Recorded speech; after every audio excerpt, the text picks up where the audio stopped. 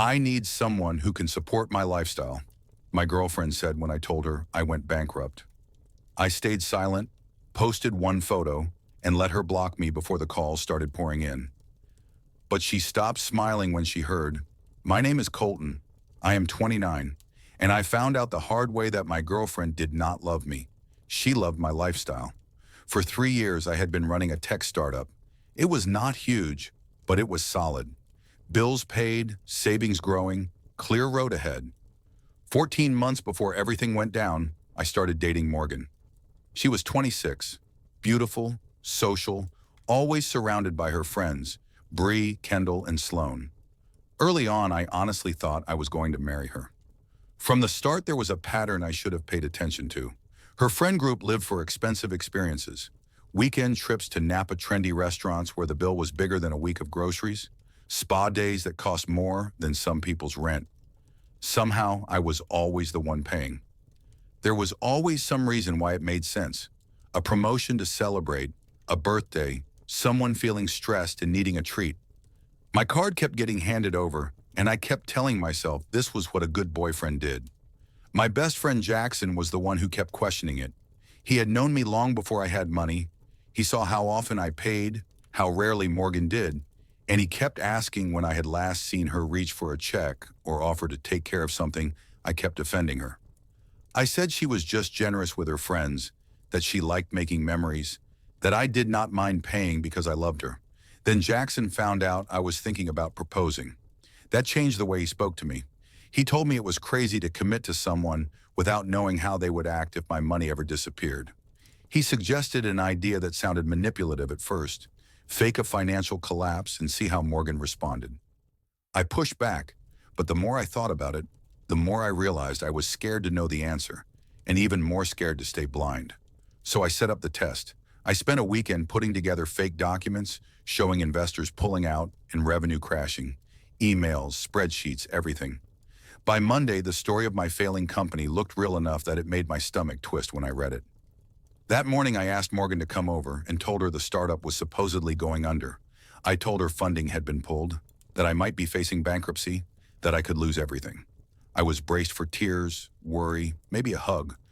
What I got instead was calculation. Her first reaction was not concern about my mental state or how I was coping. She wanted to know how bad it really was, and not in an emotional sense. She wanted numbers and consequences. Could we still go to Napa? Was Kendall's expensive birthday dinner happening or not? Where did this leave her plans? I told her that in this scenario, I would probably have to sell my car, cut back on everything, maybe even move back in with my parents for a while. I said I was scared and overwhelmed. She did not offer support. She said she needed to think, and she left. For the next few days, she vanished. No calls, no replies, just silence. Even though I knew the bankruptcy was fake, the feeling of being abandoned was very real. My body did not care that I had written the script myself. It only knew that the person I loved had checked out as soon as the money was gone. On Thursday night, Jackson came home from dinner looking furious. He told me he had been at a sushi place and seen Morgan there with her whole friend group. They were close enough that he could hear what they were saying. She was telling them about my supposed financial crash. She described me as basically broke. Bree responded like she was talking about a card that had been declined for good, treating me as an account that needed to be closed. Kendall joked about backup boyfriends. They laughed about rich guys on dating apps. Hearing that secondhand felt like taking a punch. 14 months together, and as soon as she believed the money was gone, I was just a broken cash machine. The next morning, I got a text from Morgan that ended the relationship. She said she had been thinking about us and could not handle my financial situation. She said she needed someone stable who could support the lifestyle she wanted and that her friends thought she deserved better. Then she blocked me on everything. The sick twist in all this was that my company was actually doing better than ever. The bankruptcy was made up. We had just closed a contract that would have tripled our revenue. She walked out on a man she believed was broke, when in reality his future was about to level up. I wish the story ended there, but it got darker. That Friday night I got a call from her dad, Robert. I had only met him a few times because Morgan always acted like family dinners were complicated. He said Morgan had told him about my business troubles, and he wanted to thank me for being there for her during a health scare the previous year when she supposedly found a lump in her breast. He said she told them I had paid for her tests out of pocket when insurance was being difficult, and that it had cost me around $2,000. I had never heard about any health scare. I had never paid for any medical tests. As far as I knew, her insurance was great, and she had bragged about it before I told him there had to be some misunderstanding, because none of that had happened. There was a long silence on his side of the line.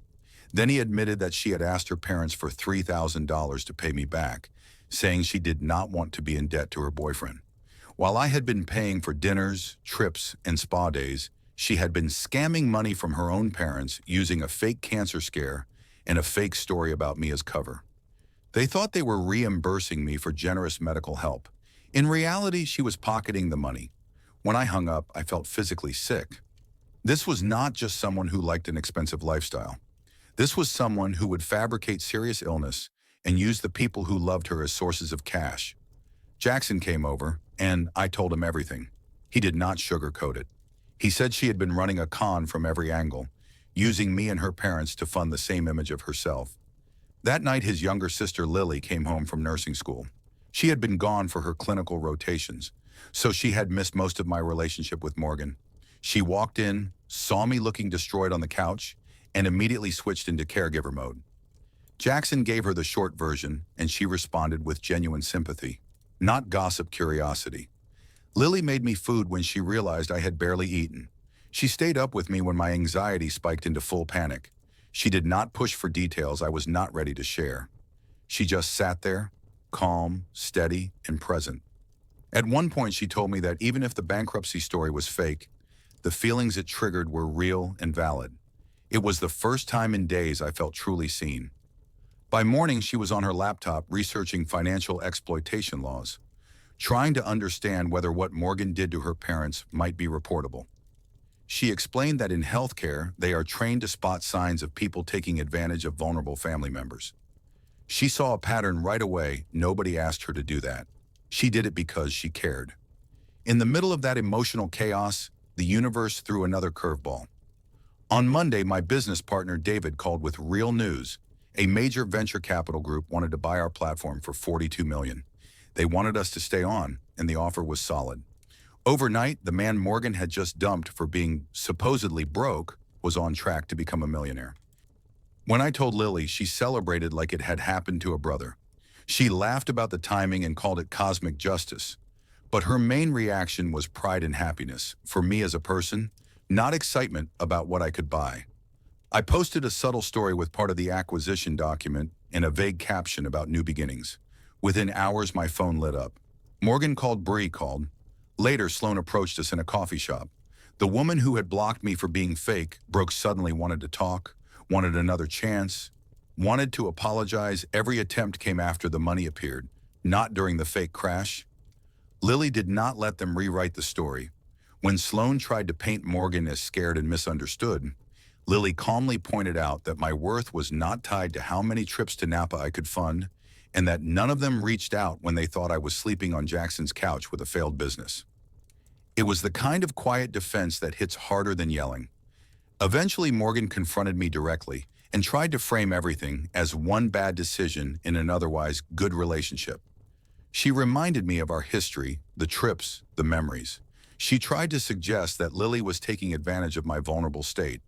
I looked at the two women and saw the full picture. One woman had vanished the second she thought my money was gone, trashed me in public, lied to her parents, and only reappeared when she saw proof of a payout. The other stayed up through panic attacks, made sure I ate, researched how to protect me and her own family, and celebrated my success with or without a price tag attached to it. I chose Lily. Not as some dramatic rebound, but as a conscious decision to move towards someone who had already proven she cared about who I was, not what I owned. Jackson gave us his blessing. According to him, he had seen it coming long before I did. The acquisition has gone through now. I am officially a millionaire on paper. Robert is considering legal action to get back the money Morgan took. Morgan still sends occasional messages trying to act like what we had was real, and that Lily is a phase. I respond rarely, if at all. What stays with me is the lesson. The fake bankruptcy exposed genuine conditional love. It showed me that some people are in love with comfort, status, and access, not with the human being providing it. It also showed me what real care looks like. It looks like soup at 2 in the morning, a shared couch during a panic attack, and someone researching laws to protect your parents because what happened to them is not right. I went into this test afraid of losing the woman I thought I wanted to marry. What I lost instead was an illusion. In return, I gained clarity, a life-changing opportunity, and a chance at something real with someone who loved me when she thought I had nothing.